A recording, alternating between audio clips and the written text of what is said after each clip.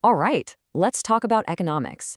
We're going to break down 10 core ideas that are really the foundation for everything.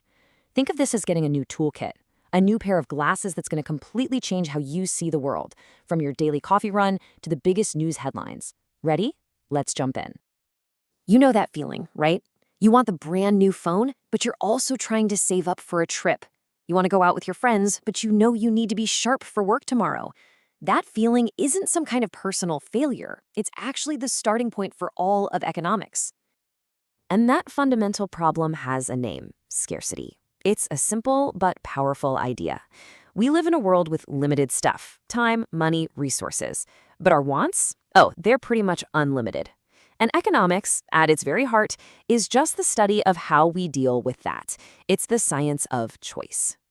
So to really get a handle on this, we're going to look at it from three different zoom levels. We're starting at level 1, the most personal level of all, the principles that guide how you and I make decisions every single day. Okay, first things first. The number one rule in economics is that there's really no such thing as a free lunch. To get one thing that you like, you almost always have to give up something else. So choosing to spend tonight studying for that big exam means you're trading away time you could have spent at a party. Every single choice is a trade-off. And this isn't just a personal thing. Societies face the exact same kinds of dilemmas, just on a way bigger scale. The classic example you'll always hear is guns versus butter. The more a country decides to spend on national defense, the guns, the less money it has available for consumer goods that improve the standard of living, the butter. It is the exact same kind of trade-off, just played out on a global stage. So if every single choice we make is a trade-off, how do we actually measure the cost of something? Well, economists think about this in a very specific way. See, the true cost of something isn't the number on the price tag. It's whatever you had to give up to get it. This idea is called opportunity cost. And trust me, once you get this, you will see it absolutely everywhere. Okay, let's put this into practice. What is the real, actual cost of going to college for a year? Your first thought is probably pretty obvious, right? It's the tuition, the books, rent, but is that really the full picture? This is where it gets really interesting. Okay, so tuition and books? Yeah, for sure, those are costs. But what about room and board? Not really. You'd have to pay for food and a place to live whether you were in college or not, so that's not a cost of college. The real kicker, the huge hidden cost, is the foregone earnings. That's the salary you gave up because you were studying instead of working. For most students, that's actually the single biggest cost of their education.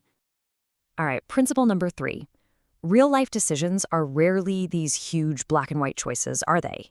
We don't typically decide between never eat again and eat the entire buffet. Instead, we make small, little adjustments to our plans.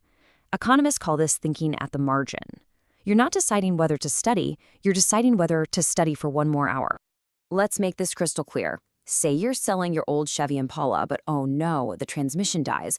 A mechanic says it'll cost you $1,400 to fix. So should you do it? Well, you think at the margin. You compare the extra benefit with the extra cost. The marginal benefit is the extra money you get from fixing it, the difference between selling it for $14,500 fixed versus $11,200 as is. That's a $3,300 benefit.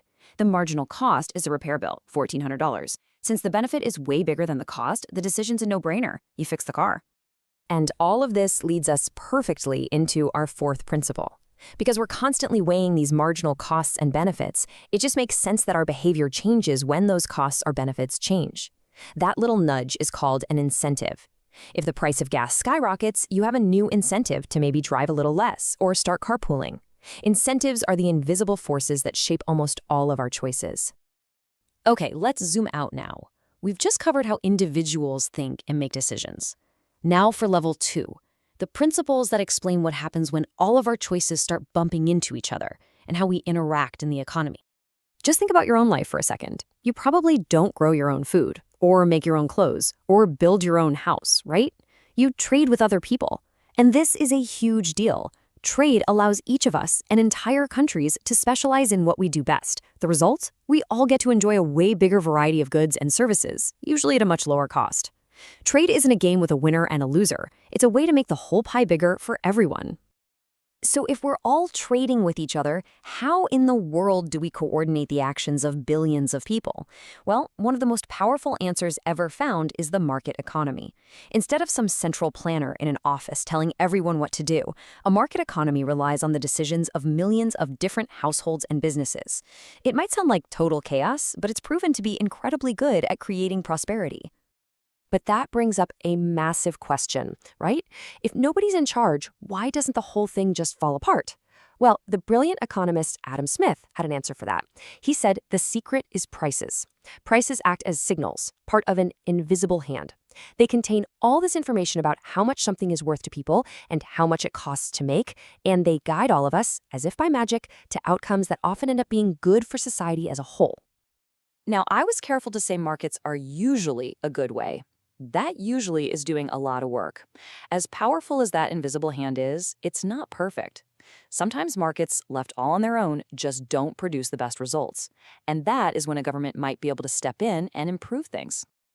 So why would the government get involved? Well, mainly for two big reasons.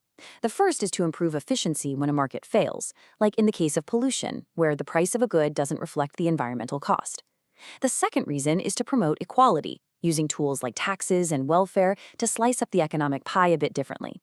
And of course, the most basic job of government is to enforce the rules of the game, like property rights, which markets need to function at all. All right, it's time for our final zoom level. We've looked at individuals, we've looked at how they interact. Now let's pull all the way back and look at the huge economy-wide forces that affect all of us. Ever wonder why people in some countries live so well while people in other countries struggle? When you boil it all down, the answer is remarkably straightforward. Productivity. A country's standard of living depends almost entirely on its ability to produce goods and services. The more a country can produce per worker, the richer it is. It's that simple. And the differences this creates in the real world are just staggering. Take a look at 2019. The average American earned about $65,000. The average Nigerian, about $5,000. This huge, massive gap in living standards isn't an accident. It's driven almost entirely by that difference in productivity. You hear about it in the news all the time. Prices are going up. That's inflation. And while lots of things can cause short-term price bumps, when it comes to long-term persistent inflation, economists are pretty much in agreement. The culprit? Too much money in the system. When a government creates large quantities of money, the value of each dollar falls. And this leads us to our 10th and final principle, which might be the trickiest one of all. In the short run, at least, there's often a trade-off between inflation and unemployment. Many of the policies that are used to fight high inflation, for example, can lead to a temporary rise in unemployment, and vice versa. For the people who make economic policy, it's a constant, difficult balancing act. And there you have it, the 10 principles that are the bedrock of economics. We've gone from your own personal decisions all the way out to massive global forces. What you have now is a new lens, a powerful new framework for making sense of the world. The real magic of these ideas isn't just knowing them, it's using them. So here's my challenge to you. As you go about your day tomorrow, try to see the world through this new economic lens.